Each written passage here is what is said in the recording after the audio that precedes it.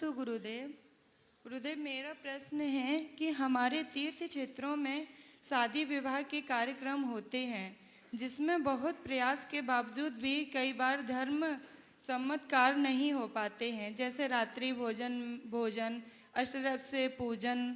महाराज जी, मेरा प्रश्न यह है कि यह कहाँ तक उचित है और हमें किन सावधानियों का ध्यान रखना चाहिए। नमोस्तु देखिए, गुरुदेव। तीर्थ क्षेत्रों में धार्मिक आयोजन तीर्थ क्षेत्रों में विवाह आदि मांगलिक कार्य करना बुरा नहीं है, होना ही चाहिए। मैंने पहले भी कहा, शास्त्रों के अनुसार तो शास्त्र में लिखा क्वचित पुण्याश्रम में, पुण्य स्थलों में ही विवाह के मांगलिक कार्य होना चाहिए। सिद्ध प्रतिमा साक्षी के, सिद्ध भगवान की साक्षी में भगवान के सामने फेरे आदि होना चाहिए। ओम सिद्ध प्रतिमा की साक्षी में एक कार्य होना चाहिए, लेकिन करो तो कम से कम ऐसा करो कि सिद्ध क्षेत्र की असाधना न हो। मैं तो चाहता हूँ, आजकल जो चलन बन पड़ा है होटलों में विवाह करने का, वो अमंगल कार्य करने लायक स्थान ही नहीं, वो अमंगल स्थल है। वहाँ तो हिंसा हुई है। जिस होटल में आज आप विवाह का मांगलिक कार्य कर रहे हैं, कुछ घंटे पहले ही वहीं किसी का हलाल हुआ है, किसी की हत्या हुई है, उसकी आहें वहाँ गूंज रही है, वहाँ सब अभक्ष भक्षण किए हुए हैं। वो जगह पुण्य आश्रम है ही नहीं, वो अपवित्र स्थल है।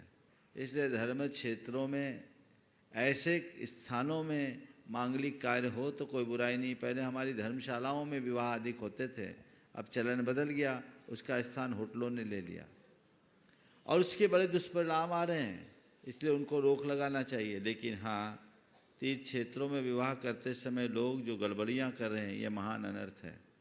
मुझे तो ये भी मालूम पड़ा कि कई जगह ऐसे भी प्रकरण आए कि जो आए हैं विवाह में वो वहाँ शराब भी पी लिए। ऐसा काम कभी न करें, ये आपकी स्वयं की जिम्मेदारी है। तीर्थ क्षेत्र की पवित्रता को बनाए रखना आपकी नैतिक जवाबदारी है और मैनेजमेंट को भी चाहिए कि उसके लिए सख्ती रखे। भले हमारी धर्मशाला खाली रह जाए चलेगी, लेकिन हम ऐसे कुकर्म करने वाले को कभी न दें, उनके लिए सख्त से सख्त कार्रवाई करनी चाहिए।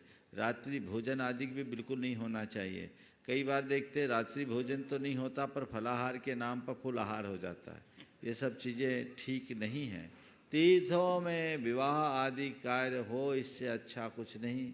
बल्कि मैं तो चाहता हूँ जो 5 सितारा होटलों में विवाह करते हैं वे तीर्थों में ऐसी व्यवस्थाएं विकसित करे और वहाँ विवाह करे, पर जैन संस्कारों के अनुरूप। उसका असर जीवन पर्यंत पड़ेगा। अगर आप विपरीत तरीके से करेंगे तो उसके दूरगामी परिणाम कभी अच्छे नहीं होंगे।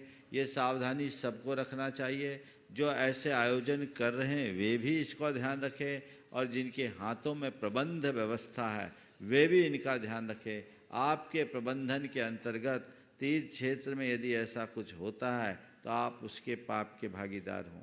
मैं आप लोगों से बोलूं, आप लोग शिखर जी आते हो वंदना करने के लिए, पर यहाँ भी पाप कमा लेते हो। यहाँ भी लोग रात में खा लेते हैं, यहाँ भी अभक्ष भक्षण कर लेते हैं।